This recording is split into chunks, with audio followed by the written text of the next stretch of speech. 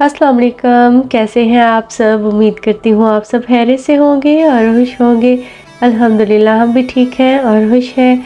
आज आए हैं मैं और ज़ैद ईद की ग्रॉसरी लेने और मार्ती मनीज़ में ये बहुत सारी शॉप्स आपको मिल जाती हैं जहाँ से आपको सारे मसाले मिल जाते हैं।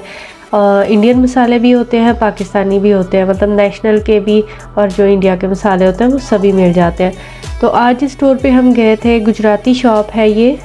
वहाँ से मिले थे हमें ये पाकिस्तानी बिस्किट ज़ीरा प्लस, और ये तकरीबन 4 साल हो गए हमें यहाँ पे, और ये मैंने पहली दफ़ा देखे थे। तो ये बिस्किट भी है और ये भी बहुत मज़े के होते हैं, लू के बिस्किट जो है। तो ये पाकिस्तानी बिस्किट खा के तो ऐसे लग रहा था जैसे हम बिल्कुल पाकिस्तान में बैठ के चाय के साथ बिस्किट खा रहे हैं। तो इस तरह की छोटी छोटी बातें होती हैं जो कि अपने मुल्क की बहुत याद दिलाती है इंसान को। और ये यहाँ से मेहंदी मिलती है, तो ये मेहंदी भी इंडियन है। तो ये 1 दिन या 2 दिन पहले लगाए ना तो फिर कलर आता है। तो वो जैसे हमारे वहाँ पे बहुत सारी मेहंदियाँ ऐसे भी मिलती हैं जो कि बस लगाते ही 10 मिनट बाद कलर आ जाता है, उस तरह की मेहंदी मुझे जो हमारी पहली ईद थी ना यहाँ पे तब मिली थी बस, और वो 10 यूरो की थी और ये 1 यूरो की एक थी। तो चले है, काम तो चलाना ही होता है, बच्चियों को शौक़ होता है। इस दफ़ा मुझे भी बहुत शौक़ था कि मैं मेहंदी लगाऊं। तो ये मैं नट्स लेके आई थी। मैंने सोचा कि मैं बनाऊंगी सवैयाँ, तो अलग-अलग से नट्स क्या लेने हैं सारे। तो ये मैंने पिंगोदो से लिया था।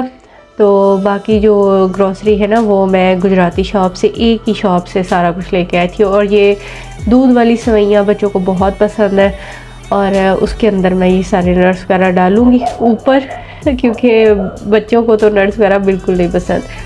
तो जी साथ लेके आई थी इमली। ईद पे हम बनाएंगे दही बड़े, और यशवा के लिए साथ थोड़े से गोलगप्पे बनाऊंगी।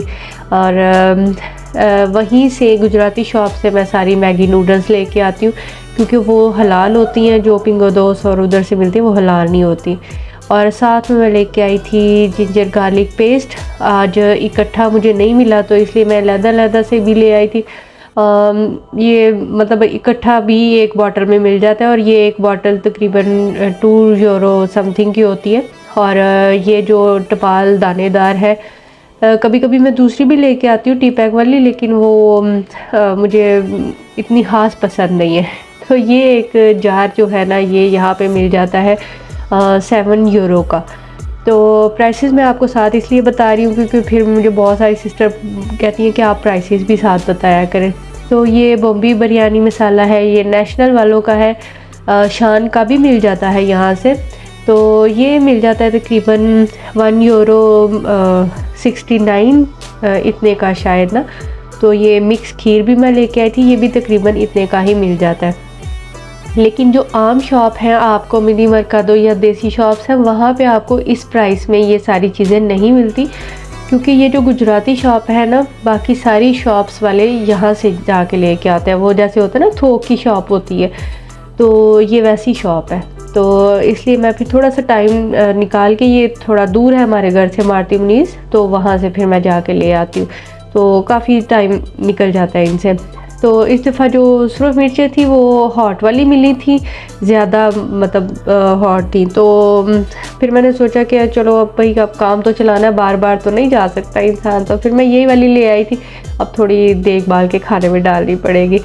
और बेसन में लेके आई थी 1 kg, ये होता है 2 यूरो 19 का। और दूध भी मैं ले आई थी, ये मैं पिंगोदो से ही हमेशा लेके आती हूँ। ये वाला दूध जो है ये चाय के लिए बहुत अच्छा होता है, इसकी चाय बहुत मज़े की बनती है। तो बाकी प्याज जो है वो गुजराती शॉप से नहीं मिलता। आते आते मैं 2-3 शॉप से रुक के फिर ये जो है ना चीज़ें साथ साथ लेके आई हूँ, और सामान काफ़ी ज़्यादा हो जाता है, फिर एक ही दफ़ा सारा नहीं लाया जाता। तो ये हैं जी काले चने। ये जो काले चने हैं ये भी आपको देसी शॉप से मिलते हैं, ये आपको पुर्तगीज़ स्टोर से, लीडर से नहीं मिलते, पिंगोदोस वगैरह से। तो ये हमें देसी शॉप से ही मिलते हैं। सफ़ेद चने मिल जाते हैं, मतलब जो पुर्तगीज़ स्टोर है। तो ये चने की दाल मैं लेके आई थी, और चने की दाल में यहाँ भी वैरायटी है। जैसे पाकिस्तान में होती है ना एक मटर दाल होती है चने की, वो बहुत ज़्यादा जल्दी गल जाती है, तो वो भी मिल जाती है यहाँ से, और ये वाली भी मिल जाती है। जो ज़्यादा जल्दी गल जाती है ना उसके ऊपर ये इस तरह के स्टिकर्स वगैरह, ये जो रेड कलर का लिखा हुआ है, ये इस तरह का नहीं होता, वो जो बिल्कुल एक प्लेन पैकेट में आपको मिलती है ना, वो मटर दाल होती है, वो बहुत ज़्यादा जल्दी गल जाती है।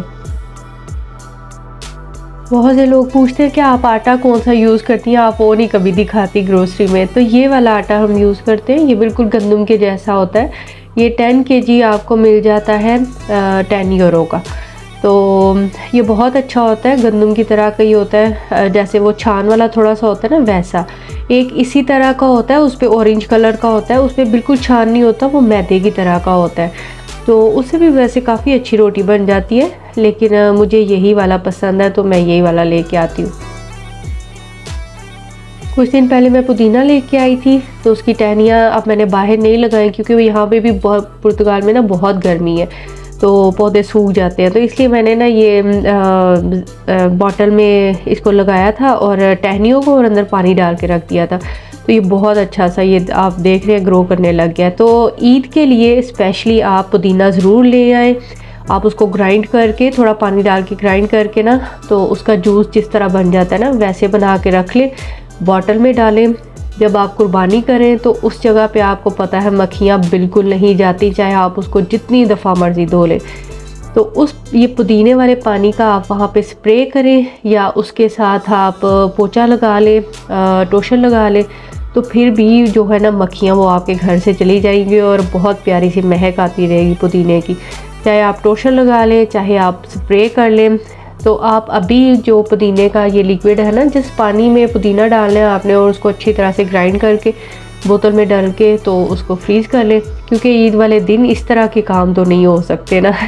पाकिस्तान की ईद की तो बात ही और होती है, मतलब इतनी गहमा गहमी, इतनी रौनकें होती है। अल्लाह ताला सबको इस ईद पे खुशियाँ देखना नसीब करे अपनी फैमिली के साथ, और हमारे फ़लस्तीन के मुसलमान बहन भाइयों को भी मुश्किलों से निकाले, उनकी मुश्किलें भी आसान कर दे। ये जो मसाले वगैरह हैं ये मैं लेके आई थी ट्यूसडे वाले दिन, और फिर अगले दिन मैं वेडनेसडे वाले दिन गई थी। एक पंजाबी शॉप है यहाँ पे, जहाँ से मैं अक्सर सब्ज़ियाँ लेके आती हूँ वहाँ पे। तो जी वहाँ से भी थोड़ा सा सामान लेना था, फ्रूट्स लेने थे, थोड़े से मुझे फ्रूट्स तो मैं हैर पिंगोदो से आके लिए थे। तो वहाँ से मैंने ये सब्ज़ियाँ लेनी थी, थोड़ी सी गाजरें लेनी थी ईद के लिए। मेरा दिल कर रहा था भिंडियाँ के गोश्त बनाएं या करेले गोश्त।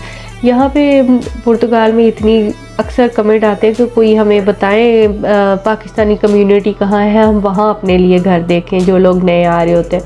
तो यहाँ पे तो कोई ऐसी पाकिस्तानी कम्युनिटी नहीं है, पाकिस्तानी लोग ही थोड़े हैं यहाँ पे।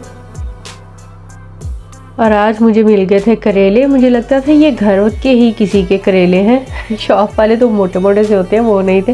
तो इस ईद पे इंशाल्लाह मैं बनाऊंगी करेले गोश्त, अपने लिए ही बनाने हैं, ना किसी के घर जाना है, ना किसी ने आना है। तो बच्चों के लिए चिकन बना लूँगी या बिरयानी, तो अपने और आसम के लिए मैं बनाऊँगी करेले गोश्त। और ये जो सामने मैदा नज़र आ रहा है आपको, ये रेड एंड वाइट कलर का, इसके साथ मैं बनाऊंगी नान, क्योंकि इसके अंदर कुछ भी नहीं डालना पड़ता, जस्ट इसको गर्म पानी से गूंदूंगी और बस मैं फिर इसको फ्रिज में नहीं रखूंगी, बस बाहर आने दूंगी और इसके नान बनाऊंगी। बहुत मज़े के नान ये बनते हैं।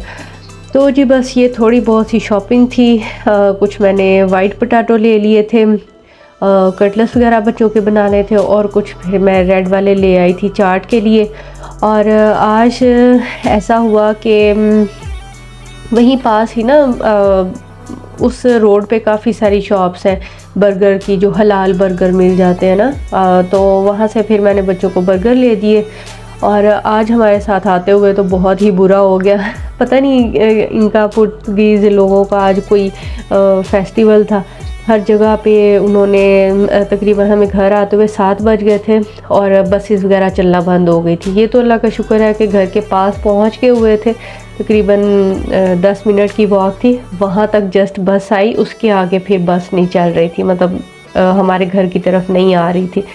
तो फिर खैर हमें सामान उठा के आना पड़ा, और हर जगह जगह रोड्स पे ना इस तरह बारबेक्यू बन रहा था।